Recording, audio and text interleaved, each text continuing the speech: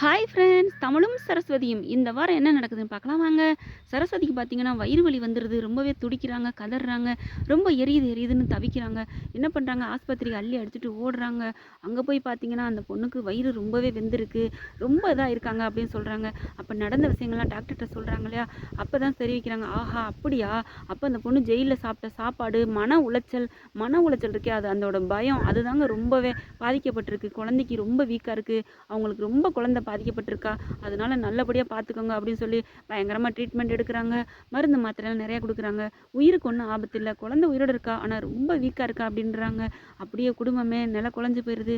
இங்க பார்த்தீங்கன்னா, இந்த நக்கல் பண்றதுல இந்த அர்ஜுன் ஏன் தான் அப்படி பண்றான்னு தெரியல. எல்லா குடியும் கெடுத்துப்புட்டு மறுபடியும் வந்து என்ன உங்க தமிழ் சிஸ்டருக்கு இந்த மாரி ஆயிடுச்சா? தமிழ் சிஸ்டர கொடுமைப்படுத்தினதே நான் தான் பணம் குடுத்து ஜெயிலுக்குள்ள எல்லாம் பண்ண சொன்னேன். போதுமா? அது வரைக்கும் என் ஞாபகம் இருந்துட்டே இருக்கணும். என்ன நீ சும்மாவா விட்ட? அதுக்கு நான் பழிக்கு பழி தான் வாங்கத்தான் நான் அப்படி செஞ்சேன்.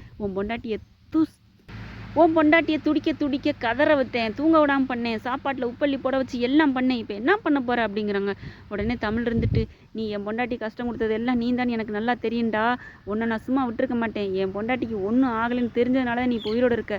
அவளுக்கு மட்டும் ஏதாவது ஆயிருந்துச்சு, என் சரஸுக்கு கொஞ்சமாவது ஏதாவது ஆயிருந்துச்சுன்னா உன்னை நான் சும்மாவே விட்டுருக்க மாட்டேன் அப்படிங்கிறாங்க. இதுக்கு மேல டேய் என்னங்கடா நீ இப்படி பண்றீங்க?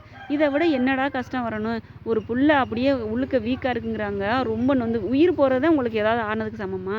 உயிர் போனாத்தான் நீங்கள் என் பொண்டாட்டிக்கு ஆயிடுச்சு, உன்னை நான் சும்மா விட மாட்டேன் அப்படிம்பிங்களா? என் பொண்டாட்டிக்கு ஏதாவது ஒன்று ஆச்சு, நல்லா போய் ஆஸ்பத்திரியில் கிடக்குறா, திடீர்னு எந்திரிச்சு கதறா.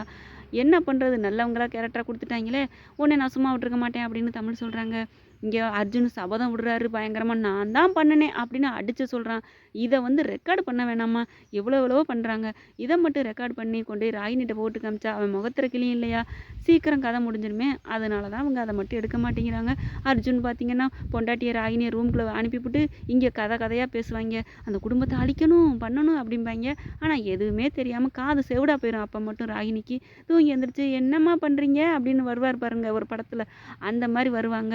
இவங்களும் ஒன்றும் இல்லைம்மா, நாங்கள் உங்கள் தமிழ் அண்ணனுக்காகத்தான் வேண்டிக்கிட்டு இருந்தோம் அப்படிம்பாங்க. அப்படியா? இப்போ கூட நீங்கள் எங்கள் அண்ணனுக்கு எங்கள் குடும்பத்துக்காகத்தான் பேசுகிறீங்க, ஆனால் அவங்க தான் புரிஞ்சுக்க மாட்டேங்கிறாங்க அப்படின்னு இந்த சைடு மட்டுமே இந்த பொண்ணு இப்படி பேசிடும். அப்படியே கதை முடிஞ்சிடும். ஏதாவது ஒரு பிரச்சனை உங்கள் அண்ணன் பற்றியா இப்படி பண்ணுறாங்க, இவங்க சொல்கிறவங்க தான் அப்படி பண்ணுறாங்க, உங்கள் அண்ணன் இப்படி பண்ணுறாங்க அப்படிங்கிறாங்க. அப்புறம் அவங்களுக்காக வேண்டுங்கிறாங்க. அதை கூட அந்த பொண்ணு புரிஞ்சுக்க மாட்டேங்குது. நேராக போய் தமிழ் வீட்டில் தான் எப்போ பார்த்தாலும் சண்டை போடுது. என்னைக்குடா கதையை முடிக்க போகிறீங்க அப்படிங்கிற மாதிரி தோணுது. பார்க்கலாம் என்ன நடக்குதுன்னு. ஓகே ஃப்ரெண்ட்ஸ், உங்கள் பொண்ணான கையால் ஒரு லைக்காக போட்டு சப்ஸ்கிரைப் பண்ணிடுங்க. Thank you friends.